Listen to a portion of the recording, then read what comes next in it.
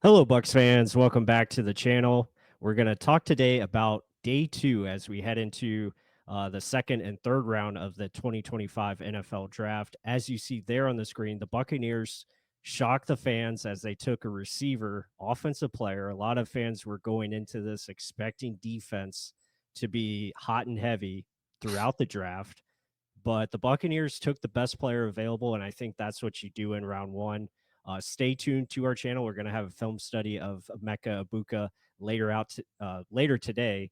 So, Mark, when you look at this draft so far and going into day two, I think you have to be excited about the possibilities because we're probably going to see a lot of defensive players being targeted. Yeah, hot and heavy will still ensue. Okay, guys. Yeah, we drafted Emeka Ibuka. Let's all get that correct. And yes, we've added to his strength. Great.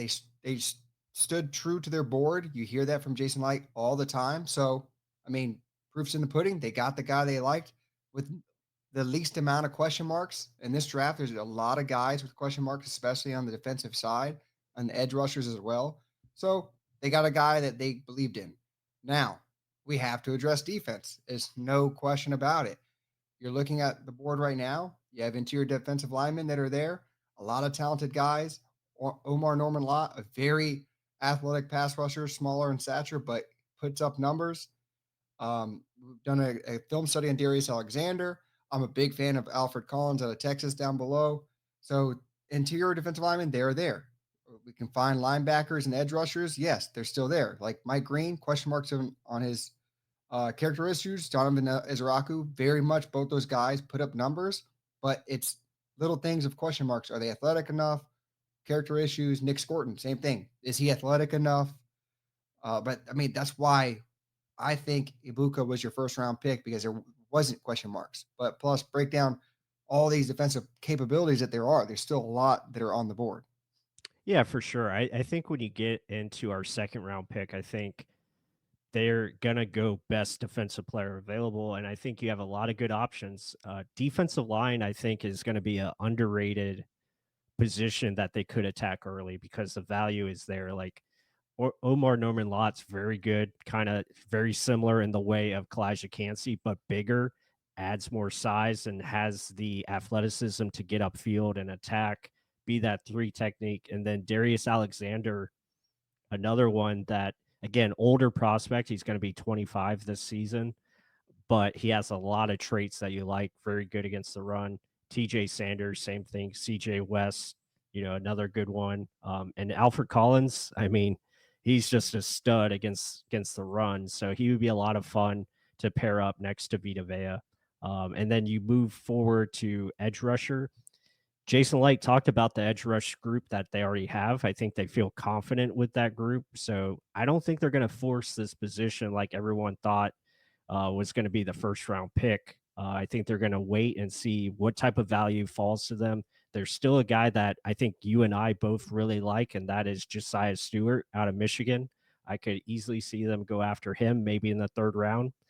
But with that being said, I think linebacker and cornerback are going to probably be the priority if they had to choose, because when you look at linebackers, there's not a lot of good ones as far as getting past the third round. So I think that's a position that they could take early as far as round two, because if like Demetrius Knight, Carson Swessinger, or Chris Paul is there, I think that's the options they're going to try to force and try to take one of those guys.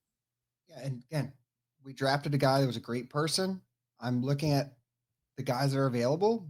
There's some great people, Yeah. and there wasn't one true middle linebacker taken. I know Jahad Campbell is a middle linebacker. That some people said Jalen Walker was a middle linebacker, not necessarily.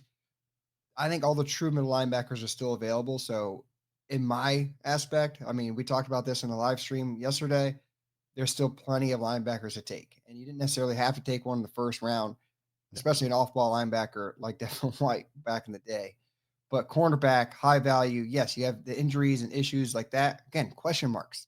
Guys coming off of ACLs, guys coming off of hip injuries, guys coming off of knee injuries. There were so many question marks. Dark, like there, Porter, we did a film study. Guy had 1 year starting experience. Hmm. So many question marks, and we took a guy that didn't have one. So I am trusting the process and moving forward, but there are still good, talented guys there. I think the Bucks are in a good position. We didn't have to reach, and yeah, safety. Like look at all these defensive guys. We did a film study on Xavier Watts, huge playmaking ability, ball hawk, as you see there. And that Watts is the best ball hawking safety in this class.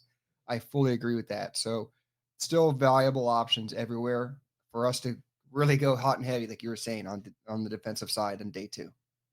Yeah, for sure. So I think what we can expect is these positions are probably going to be targeted, and we'll see what happens. I mean, depending on how the board falls, they could trade down if they like one of these guys that they feel could fall to them. But at the same time, like if you have an opportunity to get a Chavone Ravel, a guy that again has that outstanding character, meets the size requirements, has athleticism. Benjamin Morrison, same thing. If they feel comfortable with his medical, that is a perfect fit. All these guys really would be awesome to have. Kevin Winston Jr. makes a lot of sense. Probably the best safety on the board if healthy. Probably would have been a first round pick if he wasn't injured last year. So yeah, there's just I think when you put it in that perspective, you have to feel good about how the Buccaneers are operating and how they're running their draft. And we'll see what happens tonight. I think it should be a lot of fun. Absolutely. I mean, I know Buck fans are really hollering for defense. So are we. We were in the first round, but you got to look at the process and what's making sense. And the more you look at it, the more you're going to see on our film study, it was a very sound pick, and you're just adding to the strength. But yeah, you do got to hit home on some of these defensive picks. Yep, yep, for sure.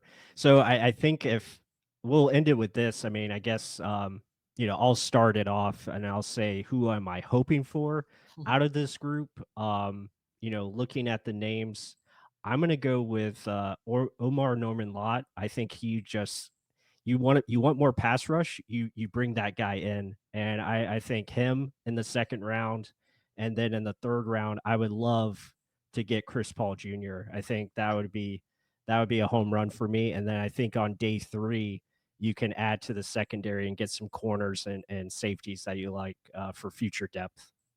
Yeah, and I'll add to that. So, like, yet again, we talked about this in the live stream. When mentioning edge rushers, Jason Light stuck to his guns and said, "Listen, we have a good enough edge room." Like he mentioned yet again, Chris Braswell for the 100th time. Every time you see Jason Light, he's going to mention him. He's like, "I think our room is pretty damn good," and you'll see that we're four deep. We brought back Anthony Nelson. They are comfortable with what they have. On the other hand, what you just said, I don't think we're looking at edge rusher, but I would switch the defensive tackle. I'm an Alfred um, Collins fan. Yeah. Bigger guy, defensive tackle. Yes, I think the edge rushers are what they are right now on our team. I think we're going to look for the interior pressure, not necessarily from the defensive tackle, but from linebacker. And that's why I agree with you with Chris Paul Jr. If there's one guy I'm pounding the table for, or as Jason Light said, slapping the thighs or slapping high fives, whatever he said, it's for Chris Paul Jr. I think if he falls to the third, that'd be a home run draft. And again, a good person. So let's Yeah. see what the Bucks do. I'm excited, and we're going to be live yet again. Yep. Yep. So awesome stuff, guys. Hope you enjoyed that video. Like Mark said, we will be live tonight for round two and round three. We're probably going to start right at 7 p.m. So stay tuned for more information on that. We'll have that out later today.